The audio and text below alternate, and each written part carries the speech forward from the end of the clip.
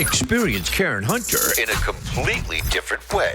Karen Hunter is awesome. The podcast. If you like me on SiriusXM Urban View Channel 126, you're going to love me in Karen Hunter is Awesome. Hey, this is Karen Hunter, host of The Karen Hunter Show on SiriusXM's Urban View. Karen Hunter is Awesome is an actual podcast to bring heat and energy and knowledge and power. A 1-2 punch that I don't think you get anyplace else. Tell the truth. Check out the podcast wherever you get your podcast. You will not be disappointed.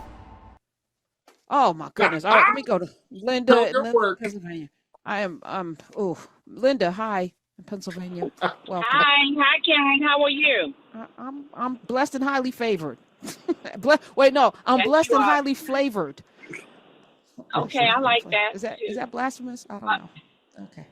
No, it's not. It's uniqueness. So, Karen, I want to know why, as a African American female, why the topic of Oprah, the topic that, I kind of got on, I think, after you, I haven't been on in the beginning. That's what I want to say. So if I missed something, I apologize. But it feels like we are an ethnicity, a divided ethnicity. Like, I don't see any unity among us as Black people. I feel like Oprah Winfrey earned it. As a poor Black girl in Mississippi. Earn what? Wait, pause. First, we're not. Hold on. Linda, hello. First of all, we're not divided. You just heard me say 92% of Black women and almost 80% of Black men voted in November for their own liberation and humanity. That is more than any other group in this country or in the world. That is a large number. Okay, so we are more united than anybody else. As it relates to Oprah, I was bringing up the fact that we were talking about Gail and them going to space as if these aren't these times. We ain't got time for you going into space on some vanity project, sitting there crying and wringing your hands. And then I played a clip of her just begging for a Louis Vuitton bag, and they told her no. And then she pulled out the Oprah card, and they finally gave her the bag for Gail's daughter. And what I'm saying is she's always been this person, whether she came up from Nutbush City, I don't know where she's from, Tennessee, poor, her background. And I've often said on these airways, and I'm going to finish my sentence. I often said on these airways, I would never trade Oprah's life for her riches and all of that, because what she had to go through, most of us would not have endured, right? I respect that woman's journey. But in a time such as this, you're either in this fight or you're against it. And there's to me, on the sidelines with the nonsense, we got to check and challenge. I'm not taking away anything that Oprah has earned. I'm not saying she hasn't earned, but I'm saying this is a time when you have a platform as big as that, to have us looking at somebody go up in space for a vanity project is no bueno. That's what I'm saying, Linda. Do you agree with that, caller? Do you agree?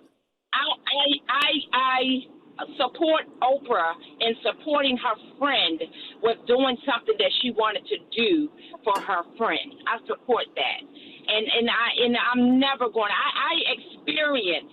And I'm glad that you had those statistics on the Black vote. I appreciate that. That is so great for me. But I know what I experience among my work environment, among Black women and white women, where the white women treat me better than my Black woman. Okay. Well, I'm sorry,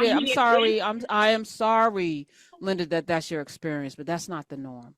I sit every day in a place called Nubia where that doesn't exist. I sit every day on these airwaves where up and down Urban View are, when we go out in them streets, and Tyler can tell you as well, there is unity that I haven't seen anyplace else. I will challenge you to find a better community. And the workplace is, to me, the Lord of the Flies. That's not a good example of Blackness in the workplace, because we're in a colonized, very policed environment where we are, our very livelihood is dependent upon sometimes us being at each other's throat. That's almost baked into corporate America, right? That there can only be one. There can only be one, right? So we are almost in a situation where we have to look at each other as the enemy or as somebody that can threaten my position, whereas a white woman doesn't have that same angst when she looks at you, Linda. You're not a threat to her existence.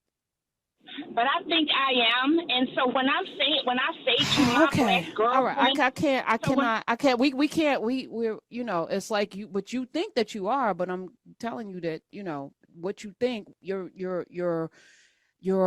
view of things may not be reality. Is that something you're even open to sitting with? I am. Absolutely. I've been listening to Urban Dew for forever, since Joe Madison. And I just know that when I point out to my black colleague that this is intentional, this dividing of us is intentional, and you still come for me, then I know that you don't care about me. Okay. Well, Hey, Linda, can I say, first of all, thanks for calling in. And I'll tell you, Karen and I talked before the show because she respects me and was like, we about to talk about Oprah today. And I naturally just wanted to be like, oh, I'm ready to fight on behalf of anybody, right? That's just kind of who I am. But we are not monolithic. As you know, this is Black folk. We are not monolithic. And I believe that when we challenge each other, when we ask questions about each other, when we find ourselves going, maybe this isn't the right thing in this moment, that is iron sharpening iron. That doesn't mean that there is a vendetta against somebody. I also feel there are some Black folks, let's just keep it 100. There are some Black folks that are just, can be some bad people and what you're feeling or what you've experienced. I'm not trying to take that away from you, but I would argue to say that the predominant amount of Black folks are wanting to support each other. We are just coming from it in different ways and different angles and different avenues, and there's different levels of where we are in the midst of our lives. And I'm sorry that that's happened to you or you feel that way now, because I really do believe that most of my strength that I receive comes from people that look like me. And I hope that you can continue to walk through and experience that. I hope that can come to you. Thank you for calling, Linda. The Linda view of things, I think about our communities. We had this conversation with Tanya about, Jeffrey Manor. And the one thing I really appreciate about being in Nubia and being in community with people with the likes, like we can have access to the mind of Dr. Gray Carr and Dr. Daniel Black and Dr. Mario Beatty, and to be able to reach out and have these conversations, and all of the books that we've been challenged to read, which many of us don't read, but that we have the minds to sit and think about what I've learned. And it's something I've known for a long time, because again, I grew up in community where, as I mentioned before, my neighborhood was all Black. Everybody had a daddy. Everybody, the narratives that were talked about Blackness didn't exist in my world. So I didn't grow up with that reality. I didn't fear being shot in the street ever. We could leave our door open. Unfortunately, that not that there was zero crime or whatever, but as I mentioned, the police chief lived on my street. Like I didn't have any fears. We literally shut down the street and had fish fries every summer, and we played kickball and double dutch and Mother May I in different people's backyard. Like it was that's what I know of Blackness, right? So when you go into corporate America and there's like newsrooms, 4% of us and only one person, and having to navigate that, but then also realizing there's a Stephen A clip that I played in my podcast where I literally went to his desk and put my arm around him and was like, what, listen, whatever you need, because when I got here they treated me like trash, these folks, and I won't let them do that to you. So if you need something, I got you, because somebody did that for me when I got there, and I can list the names, but it's sad that this is, crabs in a barrel. Black people don't support each other. There's no Black businesses that haven't been whole communities built because Black people supported each other. And go ahead. Let me tell you, let me tell you my quick Michael Strahan story. Okay. So I was on GMA about a month ago or so. I don't remember how long it was, promoting my book. And I was on GMA 3, right? So it was a later episode, and he was already done for the day. I didn't think I was going to meet him and or see him. And so I walk into the GMA studio, and we are in a hallway that's pretty close to each other. And my publisher is standing behind me, walking behind me, right? This white woman named Beth. She's great. And Michael Strahan and I walk past each other. We clasp hands, hug each other, shoulder each other, like give a hand on the shoulder and kind of pulling in tight, right? And just kind of hold each other for a second and keep moving on. And Beth goes, Tyler, you know everybody. She was like, you know everybody. How long have you and Michael Strahan been friends? Whatever. And I said, I don't know that, man. We're just both Black. And she literally was like, okay. All right. And I was like, no, I don't know any other way to tell you except for the fact that we recognized each other walking down the hall, and we didn't need words to show the support that we have for each other in that moment. And that's something that I can't translate to anybody else. It's something that I've felt all my life in the most loneliest of moments. I felt like people that look like me are there for me. But anyways, I'll tell that story for the rest of my life. He was like, I didn't know you know Michael Strahan. I was like, I don't know that man.